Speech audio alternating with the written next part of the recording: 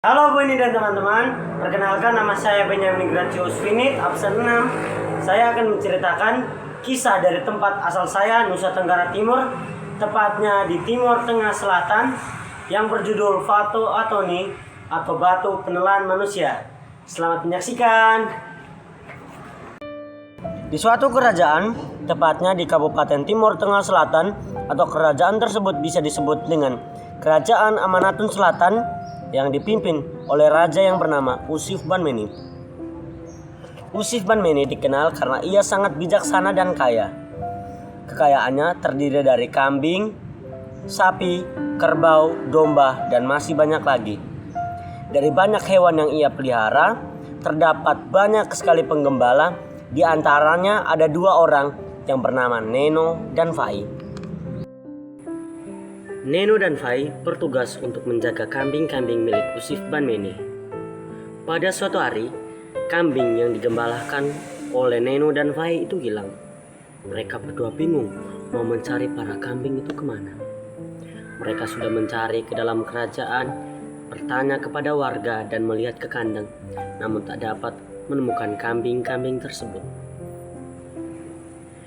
Kemudian mereka berdua memutuskan untuk mencari kambing-kambing tersebut keluar desa atau tepatnya di wilayah lain.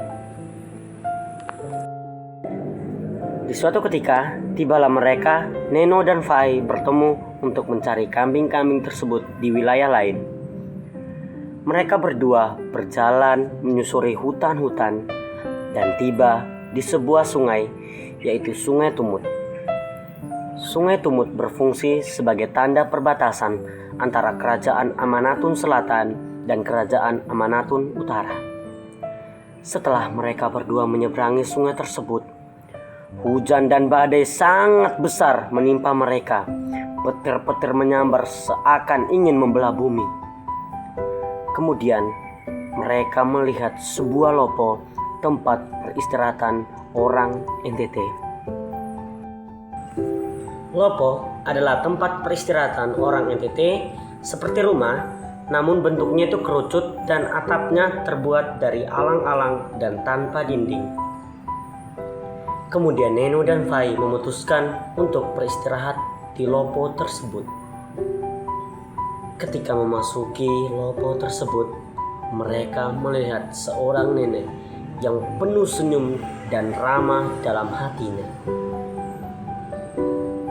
Nenek tersebut bertanya kepada Neno dan Fai, "Cucu mau kemana?" Neno dan Fai menjawab, "Kami berdua sedang berusaha mencari kambing-kambing milik Usif Banmeni yang hilang.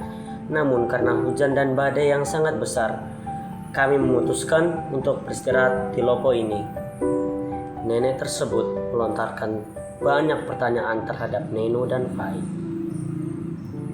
Neno dan Fai kemudian merinding mengingat sebuah cerita dari masyarakat tentang seorang nenek yang jahat yang suka berburu manusia. Nenek tersebut bernama Belana. Belana adalah sosok nenek yang sangat jahat yang tidak ada kebaikan dalam hatinya. Baru saja mereka mengingat cerita tentang Belana. Ternyata Belana sudah menipu mereka berdua melalui nenek yang mereka sebut ramah dan baik itu.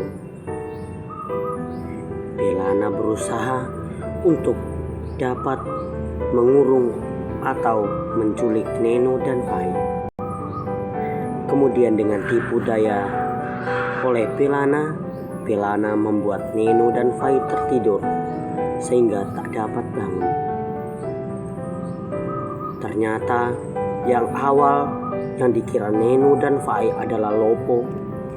Ternyata itu sebuah ilusi yang dibuat oleh Belana untuk menipu Neno dan Fai.